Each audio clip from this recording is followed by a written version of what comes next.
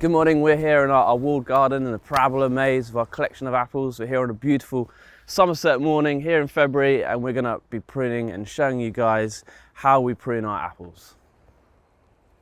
So the idea of our winter prune is the trees are dormant. As you can see, they've dropped all their leaves. We can really see the framework of the tree, and we can begin to look at how we're working with it. The trees are only 5 years old, so we're very much in the formative years of the trees, creating the framework, getting our base and forming our spurs, which are then going to give us our fruit. So you're looking for those dry days, really to minimize any of the fungal or disease spread that you might get. So ideal scenario, ideal day, we prune in February. Anywhere from December into February is fine, but we find February, the trees are in full dormancy, as you can see, and we're looking at the formative winter pruning of our apple trees. So we're here at a particular favourite form of mine. It's the arc clippage. So the idea is the tree is going to be trained as a horizontal, almost like a step over, but then at each layer we create a new leader and fill up the form. And that's the idea of our winter pruning, is looking at our leaders, pruning them down to invigorate new growth, but also looking at our series of spurs and seeing where we can simplify the spur system. Really, with our trained fruit, the idea is to keep them as formalized and as close as possible to really maximize the space, but still keeping light and air circulating throughout the tree to give it health and vigor.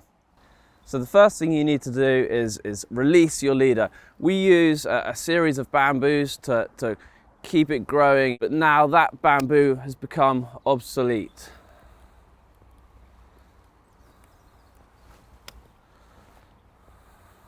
So we've released our leader, and this is last year's growth. Each tree is slightly different, the vigor and the rate that it grows. They're all on the same rootstock, but varieties differ, scenario and situation can change. So this is last year's pruning scar, and this is the leader that grew last year, just over a foot, I'd say. We work to the rough measurement of around 30 centimeters. So from last year's pruning scar here, we look along the buds and choose the best next bud to cut to give us the direction we're looking at and the growth. If we were to cut to this particular bud, which is around the right distance, it would shoot up, and it's not ideal for what we want in terms of getting a bud to grow in this direction. So perhaps we look at the next best bud, which is within that 20 to 30 centimeters distance. When this shoots, it's going to come out and grow. We'll catch it in the first month or so of growth, and as it shoots, we'll tie it in. So we're going to cut to this bud as close as you can to the bud without damaging it. And the idea of cutting back hard like this, we get a new leader, but you're also provoking new bud burst. We're all about creating laterals and creating fruiting spurs. So now our pruning of our leader has been made. The next job is to tie it down. So we just use our twine to wrap it over, nice and tight. We keep it pretty formal here. So tie it in, and that's giving you that form. This new bud is now going to shoot. It's going to begin by growing up. You let it grow up at a 45-degree angle, and then throughout the season, you can keep lowering it down and get your shoot coming across here.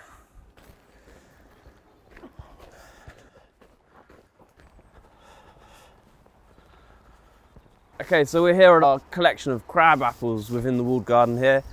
It's that same formative winter pruning, pruning our leaders to the length and direction we're looking at, but also doing a little bit of spur simplification. With our wall trained fruit particularly, but all of our trained fruit, it's really to keep them as flat as possible, and hopefully you can see that they're not protruding away from the wall too much.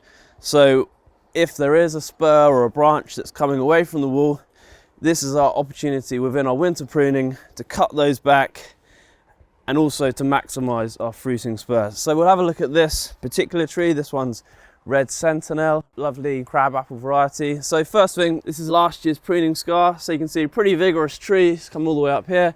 But however vigorous it is, we're still coming back to around 30 centimeters of growth. So we cut as close as we can to the bud. All of this old wood now needs to be removed. This is obsolete. If you were really thrifty, you could now use this as grafting of scion stock.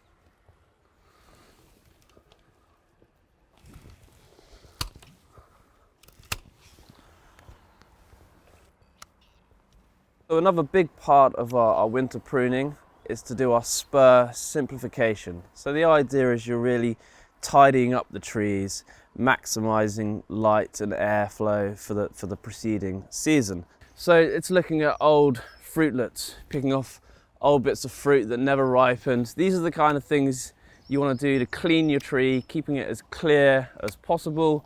This particular spur is looking a little long. We want our spurs to be like very small hands with multi-stem branches, only protruding to around 3 or 4 inches away from the main stem. So we're going to prune it off, something like that. And you can see immediately you're tidying that right up. We've still got our fruit buds here. We're still going to have a display of blossom and fruit, but it's all a little closer to the main branch.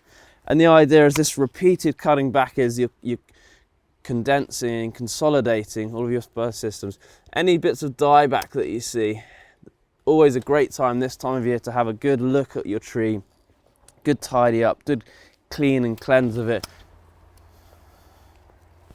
So this particular spur is all a little busy, it's all a bit dense. So having a look at it, at the very least we can cut here. Does that help? Yeah, it certainly does.